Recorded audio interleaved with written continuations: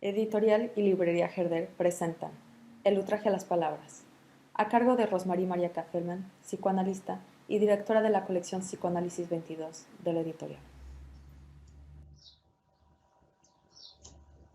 ¿Cómo girar la lengua contra sí misma cuando nos descubrimos censurados por nuestra propia lengua? Esta pregunta mucho tiempo no pude formulármela y ahora ya no encuentro las palabras para responder.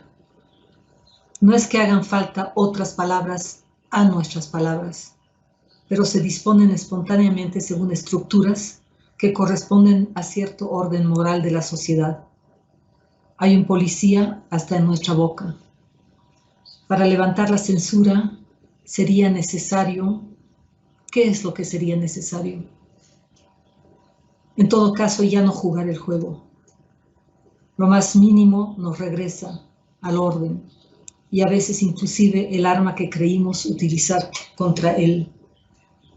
Todas las palabras son cómplices de su contexto. Somos engañados de antemano porque la lengua está controlada. En el contexto del orden, no se puede al dialogar con ese orden más que servirlo. Inclusive cuando trataba de decir al juez mi indignación la traicionaba. Habría sido necesario no ser más que un cuerpo. No ser más que un cuerpo y cagar. Ahí delante. Cagar. ¿Hasta qué edad no me atreví a decir esa palabra? ¿Y cuántas palabras así prohibidas? Todas las palabras del cuerpo. El buen gusto es un gendarme de la moral, le sirve. La aprieta en torno a nuestra garganta y sobre nuestros ojos. El buen gusto es una manera de acomodar de olvido la muerte de otros. El tiempo nos censura naturalmente. No nos acordamos de lo que está muerto. El olvido se redobla. Olvidamos lo olvidado. Y hay ese agujero al medio donde nuestros días van a perderse. La censura eficaz nos suprime, anula, y ya no queda huella. Entonces lo que ha desaparecido nunca existió. Viene la escritura. No escribimos para decir algo, sino para delimitar un lugar donde nadie podrá decretar que no tuvo lugar. Escribimos un libro. Toda la memoria pasa y de repente hay un deslizamiento perpetuo de los referentes. La censura frena ese deslizamiento. Ella quiere un sentido, uno solo, y que sea fijo. Escribo. Pongo palabras y esas palabras desean otras palabras. Ese deseo produce el encuentro. Es la necesidad de lo que se creería no ser más que azar. Escribo. Estoy harto de la violencia, del horror. Por primera vez en mi vida escribo rápido, como emergiendo al fin de esos años donde contaba mis palabras. Ya no retengo nada. Escribo. ¿Qué sucede? Me descubro y me acuerdo. Solo que al desplegarse en el cuerpo mis recuerdos enganchan otros, que no son todos míos, y el entrecruzamiento hace surgir figuras de las cuales mi razón se espanta. Me acuerdo. Escribía como cuando se mira fijamente. Todo estaba en mis ojos. Era la mirada viva que a la vez leía para escribirlo y que alimentaba.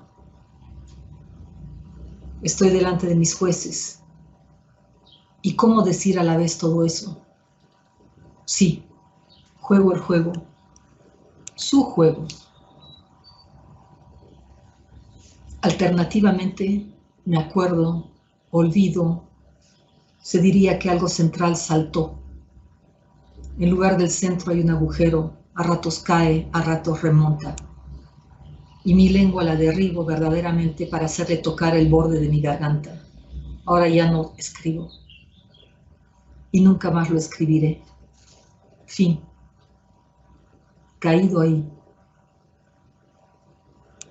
Y no es él quien remonta, sino una exigencia que no quedó colmada. Escribimos en un momento preciso, y qué engaño, ¿qué pasó? Llenamos páginas, devino un libro, y el título de ese libro es una piedra bajo la cual reposa todo lo que pasó. No puedo levantar esa piedra, cabo solamente alrededor.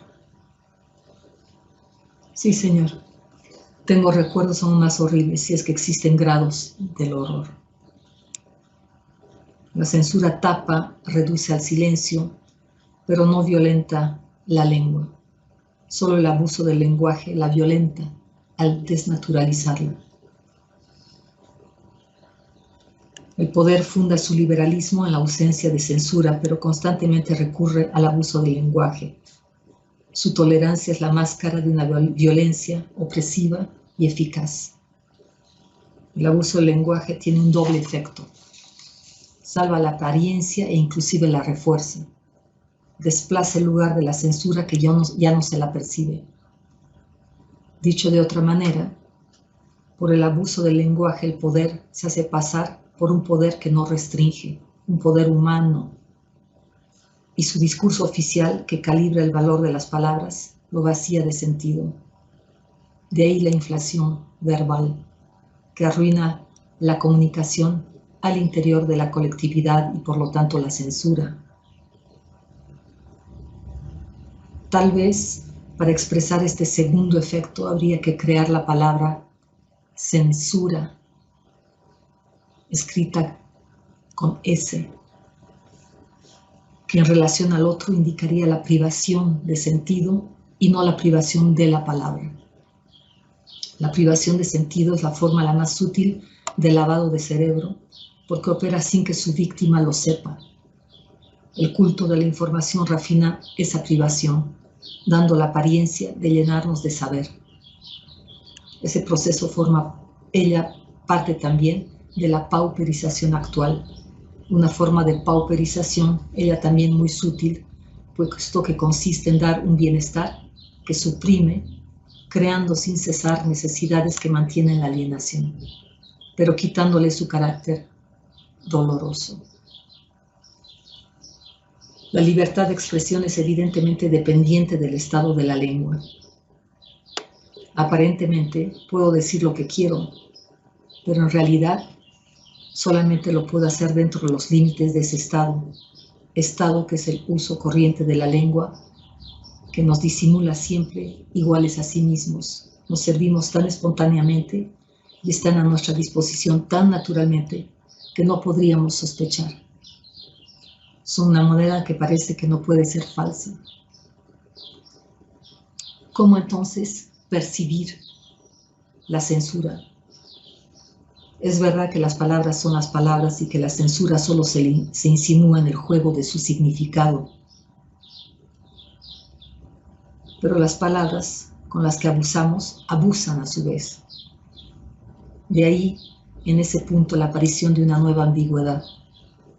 La censura, escrita con S, que actúa en nosotros a través de las palabras, mientras que la censura actúa a través de nosotros contra las palabras. Actúa además sobre las palabras, con un efecto de censura, oblitera su significante, es decir, su materia, su cuerpo. Escribiendo, intentando escribir, la cuestión primordial es cómo liberarse. Enterrar la sintaxis. Amigos, apesta. De acuerdo, pero hacemos de todas maneras frases. Y hablar sin insertar un verbo, sin insertar un sujeto. Buscamos trucos. Cambiamos de seducción. Ahora hay que forzar en la mierda y buscar cada uno su pedazo de lengua. La realidad se escapa en el mismo tren que el minuto. He aquí la palabra sobre papel. Es la única realidad entre nosotros. Todo el resto es ilusión y la ilusión censura ya también.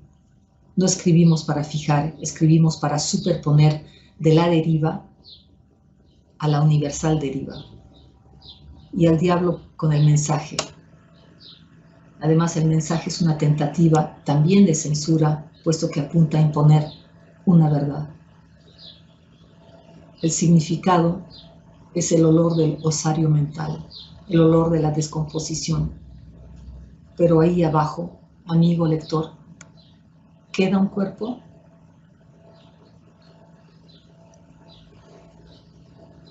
Escribes, me has escrito. Sí, y continúo. Siento otra lengua debajo de mi lengua, algo que quiere perforar. Ya no tengo ganas de ser vencido por el abandono. Estallaré la lengua sin abandonarla. Todo nos escapa y si las palabras no tienen sentido, todo nos escapa doblemente.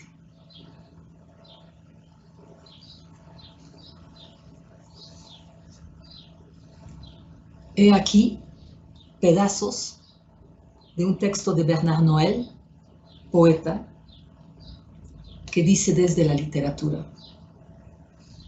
Retomé aquí algunas líneas de su libro denominado El ultraje a las palabras, editado en 2011, Gallimard. El pensamiento político de Bernard Noël se sitúa en la lengua propiamente dicha, en un análisis fino de la violencia infligida a la lengua por el empleo que se hace. Pero tiene muchos más alcances.